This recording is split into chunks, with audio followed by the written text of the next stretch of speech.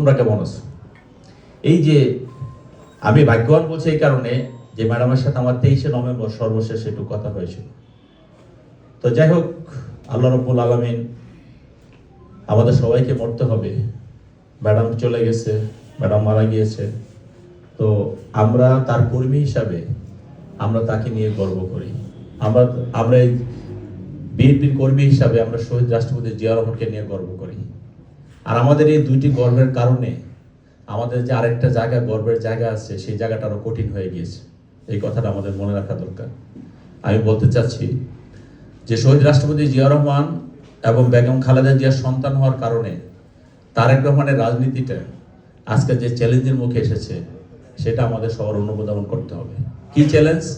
সেই চ্যালেঞ্জটা হলো যে শহীদ রাষ্ট্রপতি জিয়া রহমান দেশের জন্য এত কিছু করেছে, এত ভালো করেছে, বেগম খালেদা জিয়া এত ভালো করেছে, আর এই দুইজনের সন্তান আজকে আমাদের বিএনপির চেয়ারম্যান জনাব তারেক রহমান আরো ভালো করবে। এটা হলো বাংলাদেশের মানুষের আকাঙ্ক্ষা, বাংলাদেশের মানুষের হাই ইম্পোর্টেন্স এই জায়গাটায়।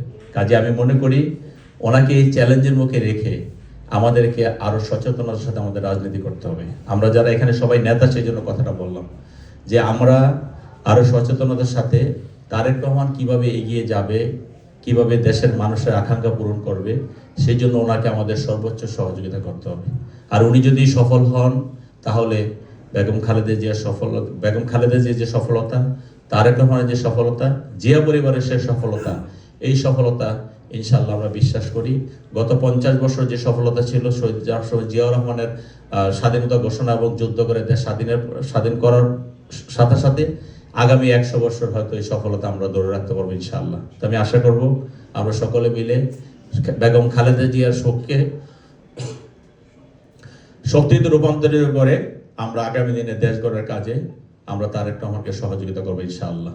এবং এই বিগত দিনে একটি মানবিক রাষ্ট্র গঠন করার জন্য, ফেসিবাদকে বাংলাদেশ থেকে হটানোর জন্য তারেক রহমান যে বাংলাদেশের মানুষকে ঐক্যবদ্ধ করেছেন, সে ঐক্যবদ্ধ মানুষগুলো এখন ঐক্যবদ্ধ আছে। আমরা যদি একটু ভালোভাবে তাদের সাথে কাজ করি, ইনশাআল্লাহ এই ঐক্যবদ্ধ শক্তি আমাদেরকে অনেক দূর নিয়ে যাবে। এই কথা বলে সকলকে সেই সচেতনতার সাথে রাজনীতি করার আহ্বান জানিয়ে আমার বক্তব্য শেষ করছি। আল্লাহ হাফেজ।